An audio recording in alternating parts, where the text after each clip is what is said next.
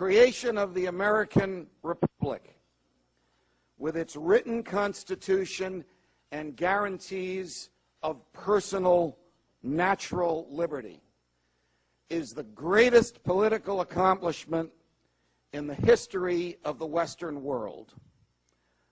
Unfortunately, almost from the very beginning of the creation of the Republic, those elected to preserve the Constitution began to dismantle it. In virtually every administration, from George Washington to George W. Bush, the government has sought ingenious ways to evade and avoid its obligations under our founding charter. But a little bit of background first. When we were colonists and the king and the parliament wanted to raise money, one of the ways they did it was by the use of the Stamp Act. The Stamp Act required of colonists, not of people in the motherland, that they have on every official piece of paper in their home, every book, every pamphlet, every deed, every mortgage, every lease, even a poster to be nailed to a tree, the king's stamp, which bore an image of the king. Question: how did the king's government know if you had his image on your papers in your house? Answer: Parliament enacted the Writs of Assistance Act, a damnable piece of legislation that allowed British soldiers to write their own search warrants. So a British soldier could show up at your front door and authorize himself in writing to examine the contents of your home, your barn, your property, ostensibly looking for the king's stamps. Of course, if they happened to find rum imported from the islands without a tax stamp on it, or furniture that had been imported from Great Britain, and you couldn't prove the tax was paid on it, the rum and the furniture would be seized and put away. The Stamp Act and the Writs of Assistance Act were among the last straws. In fact, the Stamp Act was so controversial that Parliament eventually rescinded it in an effort to quell the uproar on this side of the pond, but it didn't work. We wrote a Declaration of Independence. The great Thomas Jefferson wrote the Declaration of Independence with some editing from some of his political enemies, but it stands for the affirmation of the natural rights of human beings, because it says we are endowed by our Creator with certain inalienable rights, that among them is life, liberty, and the pursuit of happiness. We fought a revolution, we won the revolution, we wrote the Constitution. The whole purpose of the Constitution is to keep the government in check, to divide and diffuse power between the states and the central government, and further divide it and check it within the federal government itself. Much of the planning and the ideas behind the Constitution came from Greek and Latin and Roman, and to a certain extent even British experience. In the summer of 1787, in a swampy area of the city of brotherly love, the Founding Fathers debated, where do our rights come from? Jefferson, who was not there, Madison, who was there, argued that our rights come from our humanity, and our humanity is a gift from God, and that rights like freedom of speech and freedom of the press and freedom of association and freedom of travel and freedom of thought and freedom to develop your personality and the right to privacy are natural human rights that are as natural to us as the fingers on the ends of our hands. That because God is perfectly free, and because we are created in His image and likeness, He imbued in each and every one of us the same natural desires for and right to freedom that He has. Hamilton and Adams, the big government guys, said that's a lot of baloney, because you can't have rights without a government to protect them. You only have the rights that the government lets you have. And our rights, therefore, come from the government. They don't come from our nature.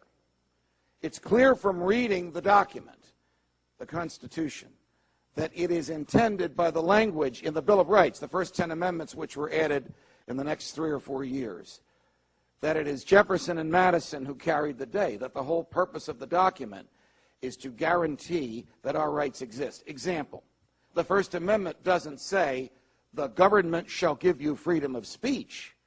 It says Congress shall make no law abridging the freedom of speech. This presumes that freedom of speech pre-exists Congress and it came from somewhere else, from our humanity. But none of this was new. The one thing that was new about the Constitution is the Fourth Amendment. The Fourth Amendment, which Justice Brandeis said is the right to be left alone, the greatest right of all the rights in civilized society, the right most valued by human beings.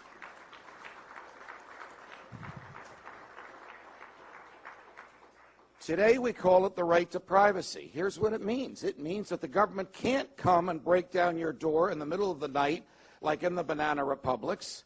It must go to a judge, and it must present to a neutral judge what the document, what the Fourth Amendment calls probable cause, a phrase meaning it is more likely than not that in that house where we want to seize that person or that document, there is evidence of a crime. So no matter how guilty is the government's target, the Fourth Amendment puts a neutral judge between the government and the target. No matter who the target is, no matter what the target has done, no matter how guilty is the target, no matter how widespread is the belief in the guilt of the target, no matter how accurate is the belief in the guilt of the target, no matter how much the society fears the target, the government must go through a neutral judge before it can get to that target. Unfortunately, we have allowed the government a monopoly on the use of force in our society. The Fourth Amendment regulates that monopoly because no one could be trusted with the power to use unregulated force. And it is the Fourth Amendment that was intended forever to keep us from becoming what our cousins in Eastern Europe would become at the end of World War II. Now, almost from the very beginning, we'll give George Washington a break. He had enough to do setting up the basic guidelines. In the administration of John Adams, remember the contested election? They didn't run on tickets in those days. The president was John Adams. He was the biggest of the big government guys. The vice president was Thomas Jefferson. They didn't agree on anything. Adams defeated Jefferson for president in the Electoral College, and the original Constitution said the number one person becomes president, the number two becomes vice president. Adams thought there was too much freedom in the United States. The country was 8 years old when the Adams administration enacted the Alien and Sedition Acts, which, among other things, made it a crime punishable by 2 years in jail to criticize or to demean in public the president, members of the president's cabinet, or members of Congress. Note who was omitted from its protections. The vice president. They were happy to have TJ criticized all he could tolerate. And unfortunately, we laugh about it now, it's such a historical abomination. Unfortunately, the federal government actually prosecuted people, and juries convicted them, and judges incarcerated them for doing what we broke away from England to have the right to do: criticize or demean the government. That is the first serious assault on civil liberties waged in a formal way by the government. I'm not talking about a runaway sheriff or a crazy FBI agent or a goofy U.S. Marshal or someone who should never have been given the shield and the gun of the government. I'm talking about the power of the federal government aimed and targeted who would criticize it.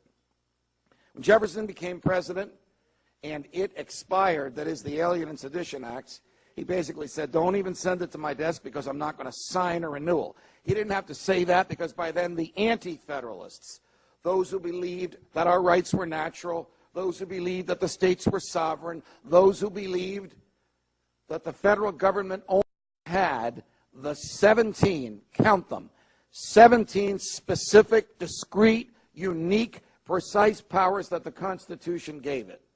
So by Jefferson saying to people of that mindset, don't send me the Alien and Sedition Acts, it was redundant. He wasn't going to sign it, and they weren't going to send it to him. It expires during his presidency in 1805. My friend Bob Higgs has written a great book called The Warfare State, in which he argues that war is the health of the state, that in times of war, the government gets stronger because we let it do so. The next massive assault on civil liberties comes during the Civil War. Now, I come not to talk about Lincoln. I could talk about him for a month, about the massive violations of the Constitution. When one of Gillespie's people interviewed me and asked me, who is the greatest violator of the Constitution, I said, George W. Bush has shown less fidelity to the Constitution than any president since Abraham Lincoln. And they said, Lincoln? And I said, yes, Lincoln. Lincoln slaughtered 650,000 Americans. Where's the power to do that in the Constitution? Lincoln locked up editors of newspapers in the North, not in the South that was rebelling, but in the North because they criticized him. Lincoln had soldiers break down the door of the house of a Republican congressman from Ohio, Clement Vallandigham, because Vallandigham called Lincoln a monster and a tyrant, which he was, and had him banished to Canada for the balance of the Civil War. And of course, Lincoln, never mind what his soldiers did to women in the South, never mind what they did to banks and courthouses in the South that burnt them down, Lincoln suspended the writ of habeas corpus. Well, habeas corpus has been around since 1215. Since King John reluctantly signed the Magna Carta, he agreed that no matter how powerful the government and no matter how awful its target, the target could always compel the government to bring the target before a neutral judge and justify the target's incarceration. Lincoln, on a whim and by himself, suspended that. In the First World War, the Congress enacted the Espionage Acts. The Espionage Acts, one of which is still extant, makes it a crime to discourage workers in munitions plants from going to work. Hey, Dad, you don't look so good today. Stay home. I'm really saying that because I'm against the war and I want a few thousand fewer bullets manufactured today. A guy by the name of Abe Gitlow is the first target of the government in a very, very famous case because he distributed leaflets that he printed by himself in a tenement in the Lower East Side of Manhattan in which he encouraged munitions workers not to go to work. The leaflets were written in Yiddish. And Mr. Gitlow served 10 years in a federal prison for dropping them out of his window from a Lower East Side tenement. When Alberto Gonzales threatened the New York Times about a year and a half ago, he cited the Espionage Act because it is still a law in your country's law books and mine that would permit the government to prosecute someone who encouraged workers not to produce what the government needs for war. What part of Congress shall make no law did they not understand? In World War II, of course, we had FDR. Put aside the socialist monstrosity that he visited upon us, which is everywhere around this building. He locked up 10,000 Italian Americans and 110,000 Japanese Americans. Not Japanese from Japan or Italians from Italy, but people born in the United States as American as he was because of their ancestry. And the Supreme Court permitted him to do so. His argument was that they were a security threat. So they lost their homes. They were separated from their families. They lost their businesses. They never saw a judge. They never saw a jury. They had no charges preferred against them. Does this sound familiar? He hadn't yet coined the phrase enemy combatant. but they were locked up for the remainder of the war, starting in mid-1942. In 1980, a Republican president, strike that, in 1988, a Republican president and a Democratic Congress would enact the Civil Liberties Act of 1988, which Ronald Reagan happily signed. It condemned the wartime incarcerations of FDR. It declared that it is the policy of the American government never to incarcerate someone on the basis of their race or their religion or their national ancestry. It provided financial compensation for those who were still living. $20,000, big deal, but it was something, and there weren't too many still living. It was the first public apology the government made, and typical of the government, it took it 45 years to apologize for one of the most blatant, obvious violations of human liberty, because a cowed Supreme Court went along with it. Now, all of this brings us into the modern era. While all of this is happening, the Fourth Amendment is still being enforced, meaning, for the most part, if the government wants information about you or from you, it must go to a judge and present evidence of probable cause of a crime. And if the judge agrees, I used to take these applications myself in the living room of my home at 3:30 in the morning. And sometimes they wouldn't tell me everything I needed to know, and I said, goodbye, guys, I'm not signing this search warrant. And sometimes I found out weeks and even years later that they didn't tell me everything, and then I signed documents to invalidate the search warrant that I signed in my home 2 years earlier at 3:30 in the morning. For the most part, this system of following the Fourth Amendment worked, and the government followed it, until 1977, under the administration of Jimmy Carter, when the country is reeling from Watergate and disgusted with Nixon, and the Congress wants to do something about it. So the Congress wrote the Foreign Intelligence Surveillance Act. You hear about this every day today by its acronym, FISA, F-I-S-A. FISA said that if the target is an agent of a foreign government, then you don't need the probable cause of a crime that the Fourth Amendment required. It's 200 years after the Fourth Amendment becomes law, and the government is officially wearing away at it. It says you only need probable cause that the target is an agent of a foreign government. But even this Congress, disrespectful of the Fourth Amendment as it was, and even Jimmy Carter, as big as he was into big government, nevertheless recognized if some evidence was obtained under one of these FISA warrants, it couldn't be used in a criminal prosecution because it was obtained inconsistent with the Fourth Amendment. The Fourth Amendment requires probable cause of a crime. FISA requires probable cause that the target is an agent of a foreign government. Once FISA issues the warrant, then the government can listen to the conversation of the foreign agent. Example.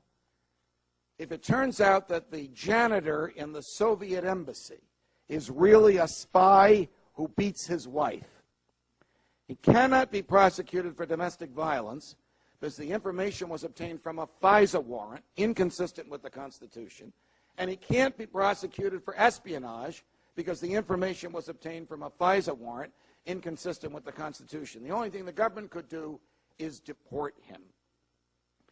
In 1978, not satisfied with the lessening of the probable cause standard, the Congress enacted something called the Right to Financial Privacy Act. Well, you know what's coming. You know the way the government names these statutes. If it has the word privacy in it, bet the mortgage you're going to lose some privacy.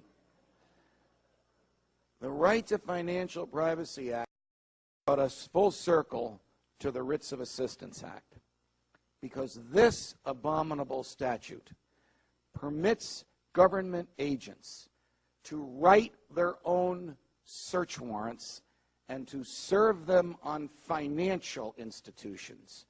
The target is limited to a financial institution, and the custodian of the financial institution must tell you about it.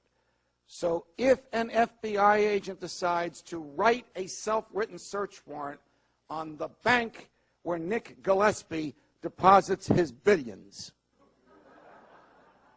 the bank would be required to say, hey, Nick, there's a guy here. He's from the FBI. He gave us a self-written search warrant. We're going to comply with it in about 10 days. But you have 10 days to challenge it, to go to a judge and say, what is this nonsense about a self-written search warrant? I have my Fourth Amendment rights. That was the rule set down in the Financial Privacy Act. But even the big government people who disrespected the Constitution, who hated the Fourth Amendment, who wrote the Right to Financial Privacy Act, understood that any evidence obtained from one of these self-written search warrants could not be used in a prosecution against the target in my hypothetical, the great and the wonderful and the handsome and the devilish. You want me to keep going? Nick Gillespie. Because the evidence was obtained on less than probable cause of a crime, it was obtained inconsistent with the Fourth Amendment. All of this sets the table for 9/11. Now, wherever you were on 9/11, you cannot forget or underestimate or overstate the catastrophe that occurred to the 3,000 human beings that died, to the American psyche, to our feeling that we are free and will always be free and no one can take our freedom away, to the government and to the Constitution. Because the government's initial reaction was to author the most abominable piece of legislation since the Alien and Sedition Acts, with the most unlikely of names, the Patriot Act. The Patriot Act is the most dastardly direct assault on human liberty and on guaranteed rights in the Constitution that the Congress ever enacted since the Alien and Sedition Acts 200 years earlier. The Patriot Act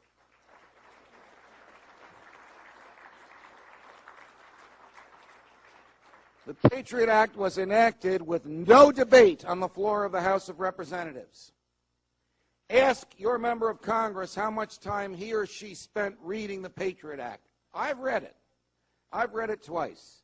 It's 315 pages long. But in order to read it, you must have with you and in front of you the entire United States Criminal Code, because the Patriot Act doesn't read like a novel or like a nation of sheep.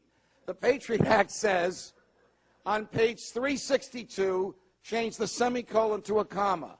On page 467, change the word or to and. Change 15 to 10. So in order to read this, I'm just giving you hypotheticals here, you must insert the language from the Patriot Act into the many, many volumes of the United States Criminal Code before you can actually figure out what the Patriot Act says.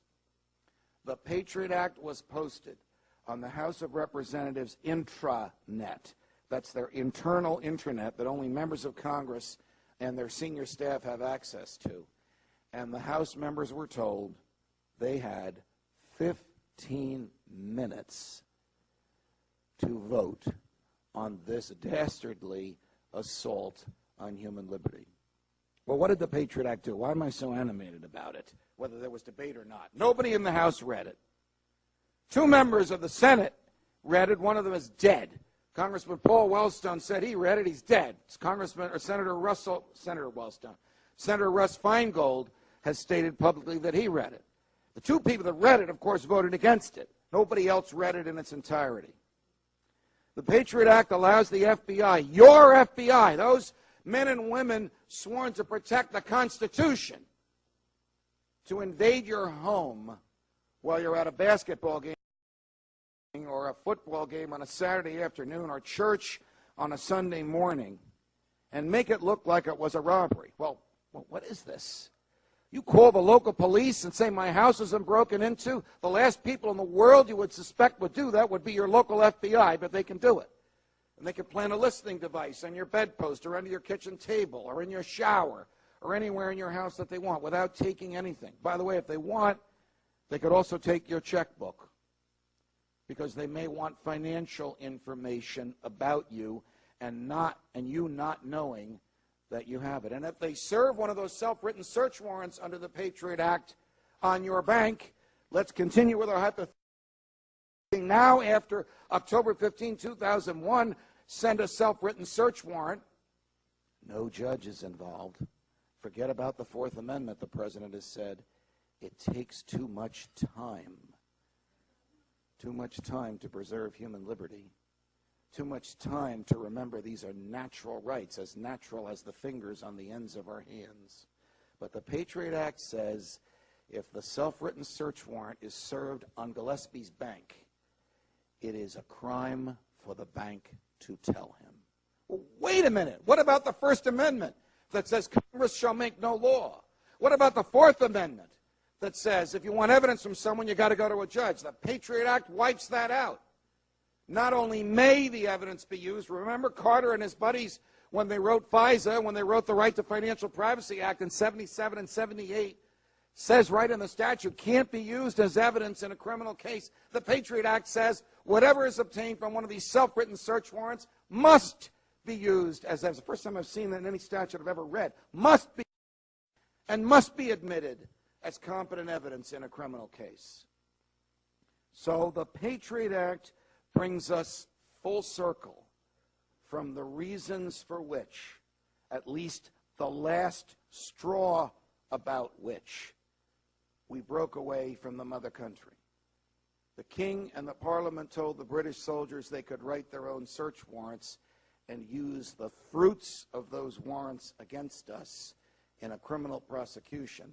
And the Congress has told not just the FBI, but all federal agents that they can write their own search warrants, serve them on a financial institution, use the evidence obtained against you, and make it a crime for the financial institution to tell you.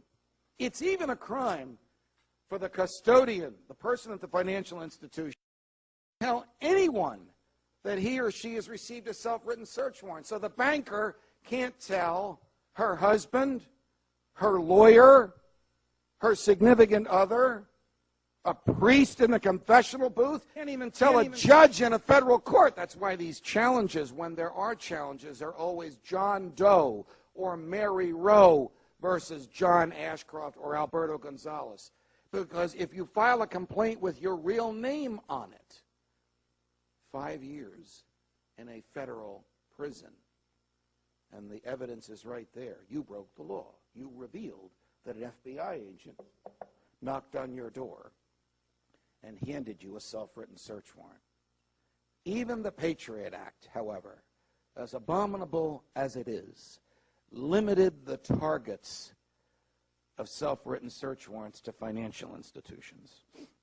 Now, 2 years later, on December 13, 2003, a day in which everyone in this room will remember where she or he was, the president signed an innocuous-sounding, long, boring financial document into law, the Intelligence Authorization Act for fiscal 2004. Basically, this act provides appropriations from the General Treasury for the 16 intelligence agencies that we know about, and the 2,000 intelligence agencies that we don't know about. I'm laughing. If we don't know about them, how would we know there's 2,000? We don't know what we don't know. Sounds a little Rumsfeldian, doesn't it? Tucked into the Intelligence Authorization Act for 2004 is a definition that would have made George Orwell proud. Remember FISA. Remember the Right to Financial Privacy Act. Remember even the Patriot Act. The target must always be a financial institution. So this abomination that the president signed into law on December 13, 2003, defines financial institution as follows: a bank, a trust company, a credit union. So far, okay. A delicatessen, a bodega, a restaurant, a hotel, a casino, a travel agency. Your lawyer's office, your doctor's office, your telephone company, your computer server, and that great financial institution to which we will all repose our fortunes, the post office. So think about how Orwellian this is. The first three statutes say your target can only be a financial institution. This statute redefines financial institution to mean just about everything under the sun except your home. So now if an FBI agent or a federal agent from any of the federal agencies shows up with a self-written search warrant, they can read your mail before you do. They can see your medical records from your doctor, your HMO, your hospital, your pharmacist. They can find out what you ate at a restaurant, what you purchased at a supermarket, what you read that came in your mail. All of this without you ever knowing anything about it, and all of this without a federal judge ever involved. Whatever became of the right to be left alone? Oh, on December 13, 2003, why did the president sign it on that day? Because he knew that something happened 10,000 miles away which would so dominate and captivate the front pages that no one would notice this redefinition of the term financial institution until months, and he hoped years later. It was the day we captured Saddam Hussein. Who the heck is going to read a statute when that's dominating the headlines? It was actually a clerk for some federal agency discovered this and thought it was a mistake and put it on the wire services January 29th, a month and a half later, and we all read it and realized the monstrosity. How did your representatives in the Congress vote on this statute? You'll never know, because it was a voice vote. Assault the Constitution, even read what you're enacting. Change the natural meaning of human words. Don't even record your vote on it, as if all of this isn't bad enough. In December of 2006, after they knew they had lost majorities in both houses of Congress, the Republicans and the president, with the complicity of some Democrats, enacted the Military Commissions Act of 2006. One would think that if one is tried for a crime and acquitted, found not guilty, one would be freed. The Military Commissions Act of 2006 gives the President of the United States power that even the great dictators of the 20th century never claimed to have, and that is the right to continue incarceration even after acquittal. Good God, how low have we let the government sink? I have called this book A Nation of Sheep because we act like sheep when we let the government steal our freedoms regularly, consistently, systematically, and repeatedly without even uttering a cry in protest. Now, not everything is lost. I don't want to ruin your appetites. There's a nice dinner about to come. Who has saved us from some of this? Believe it or not, those people who rail against activist judges should stop the railing. When the president said he could lock someone up and declare them an enemy combatant and throw away the key, not bring that person before a judge, not charge that person with a crime, not let them talk to a lawyer, not prosecute them, not give themselves a chance to defend themselves, the Supreme Court, by a vote of 8-1, said, no, you can't do that in this country. When the president's advisors said, take those bad guys to Guantanamo Bay, it's Cuba, it's not the United States, the criminal laws don't apply, you can torture and maim and do whatever you want, the treaties don't apply, the Constitution doesn't apply, and best of all, Mr. President, those pesky federal judges leave you alone because they don't have jurisdiction over Cuba. The Supreme Court rejected that argument by a vote of 6-3. The Military Commissions Act of 2006 also took a lesson from Abe Lincoln, because you see, if the government swoops you up and you end up in Guantanamo Bay, where there's no jury and no independent judge and no right to look at all of the evidence against you, you have no right to habeas corpus. You cannot challenge the jailer and force the jailer to justify under the Constitution, a natural right that everyone in the Anglo-American world has had since 1215. Now, why has this happened? I suspect that it has happened because Americans are afraid. I think that FDR was one of the great socialists of all time, but during World War II, he preached hope and not fear. He preached that freedom would prevail. The administration that sits a couple of blocks from where we are now intimidates and scares and uses state secrets and secret evidence and shares it with members of Congress. And after they've looked at this stuff, and God knows what it is, they come out and they vote to destroy the Constitution. Where is freedom? Freedom is in our hearts. If it dies there, forget it. No judge, no speech, no book, no cable TV, no legislature is going to bring it back. But if it lives in our hearts, no government can for very long keep it away. God love you.